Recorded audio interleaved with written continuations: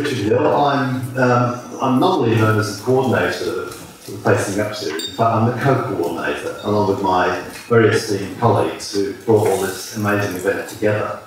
And we're in a beautiful environment, beautiful setting. And look, great credit to Chris and Brett for bringing life back to this amazing little theatre.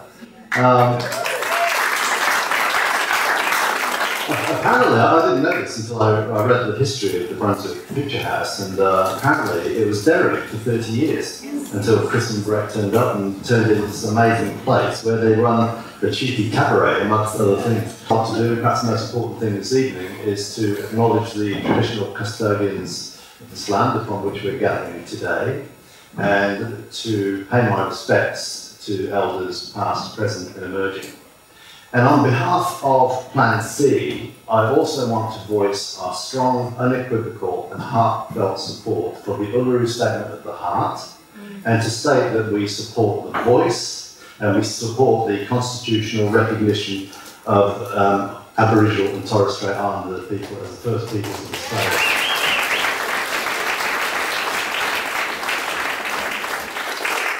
It's been a long time coming, it's way overdue, and it's important and necessary for our nation if we are to mature as a nation and to reconcile with our past. So, we are today dealing with a lot of big issues. A lot of them are emotional issues, they are confronting issues. For people who've lived in Mullumbimby, as I do, and the surrounding areas, as I talked to Leslie earlier today, it's been a tremendous ordeal living here the last several years. 2 floods, the threat of fires, the uncertainty which the future is bringing, and we are worried. All of us are worried to varying degrees. I have never experienced levels of anxiety, and I'm an anxious person, that I experienced in the wake of last year's floods. And it's taken me certainly a year to begin to recover, and I didn't even get flooded. However, I did witness people who did get flooded, and I witnessed the trauma that was part of our community life and remains so to this present day. So this is a very pressing, emotional and confronting issue that we're facing. Plan C unequivocally accepts the climate science. We accept the climate science, we accept that our variations in interpretations of the degree and the pace of that, but we agree with the leading climate scientists around the world, including one we have here this evening, that we are facing extraordinary challenges into the future and more extreme and regular extreme weather events, which are going to cause havoc to our communities. We have to therefore embark on conversations of this sort. We have to begin the reflective process of how do we begin to live in the midst of all this. And the challenges are practical, they're about adaptation, but they're a lot more than that. They're about our emotional, spiritual and other sides of our life. And to the very core of this, the most important thing of all for all of us, and this is why those conversations which I heard earlier today were so beautiful, we will have to connect closer than we ever have done before if we are to face up to this collectively as communities. I got to a bit of a crossroads in my career, maybe about 12 or so years ago, when I looked around and I really lost my passion, really, for the sort of research that I'd been doing. And I realised that between then and when I was old enough to retire, I could keep going, I could keep writing papers and teaching my classes and applying for grants and all the things that academics are supposed to do. And I just felt that that was a pretty empty road ahead. I just didn't feel terribly motivated, and it was the closest I'd ever come to leaving academia, because up until that point I had felt that an academic life was absolutely wonderful, and I still do think it's been a wonderful career.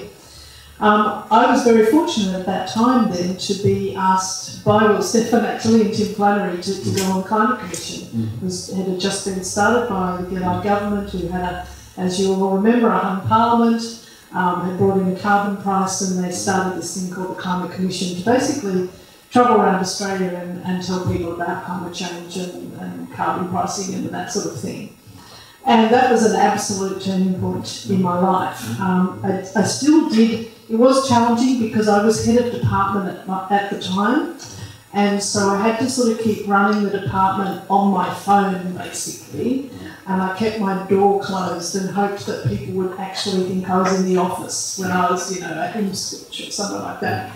But it was actually quite life-changing because it gave me a taste for this sort of an event, for getting out into the community, talking to real people in the community, not just university students.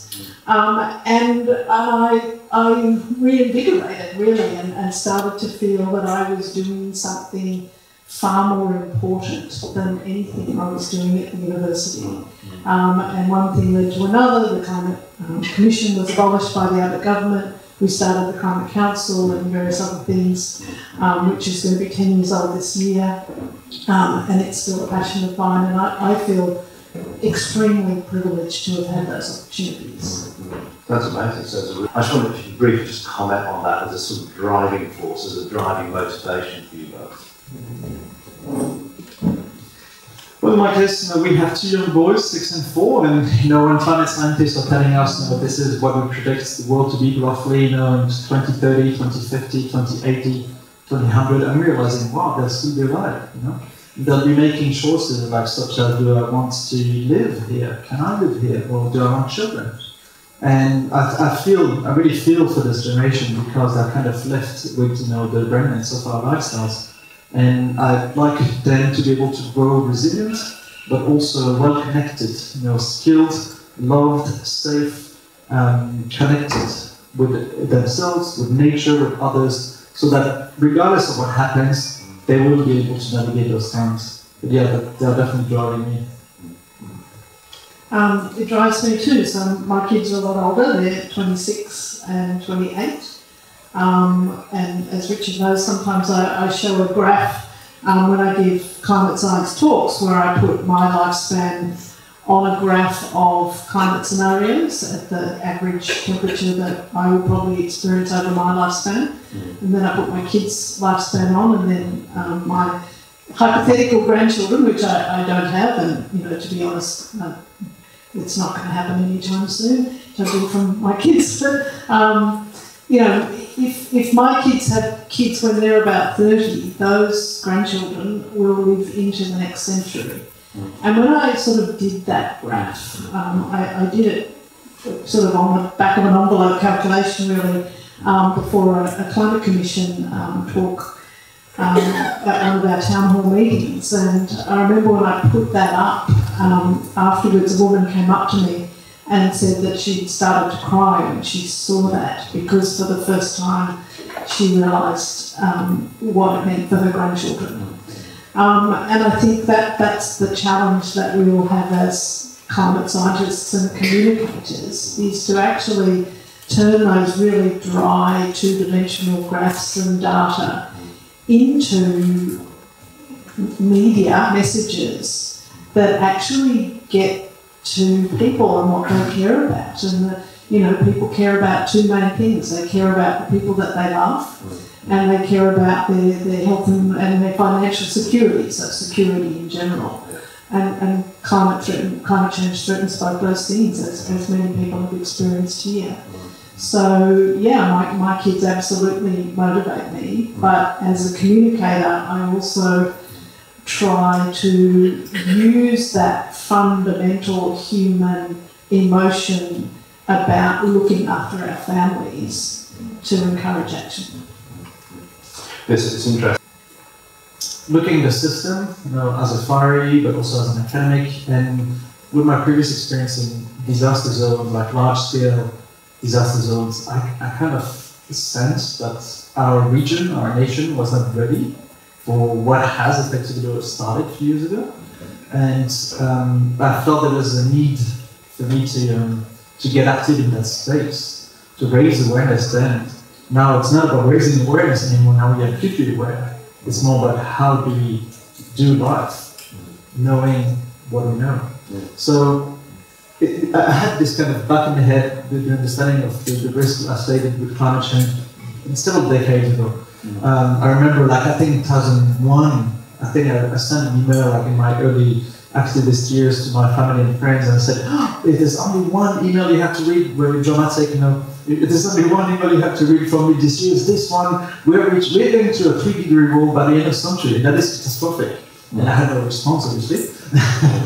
But it was already kind of the forefront of my thinking, like a few decades ago. And then having those lived experience on the ground made me really realize, wow, this can happen anywhere. Like the direction of societies because of disasters, because of man-made crises, can happen anywhere. We're lucky enough to live in a country where there's a solid government system, solid democracy at the moment, and we need to cherish that.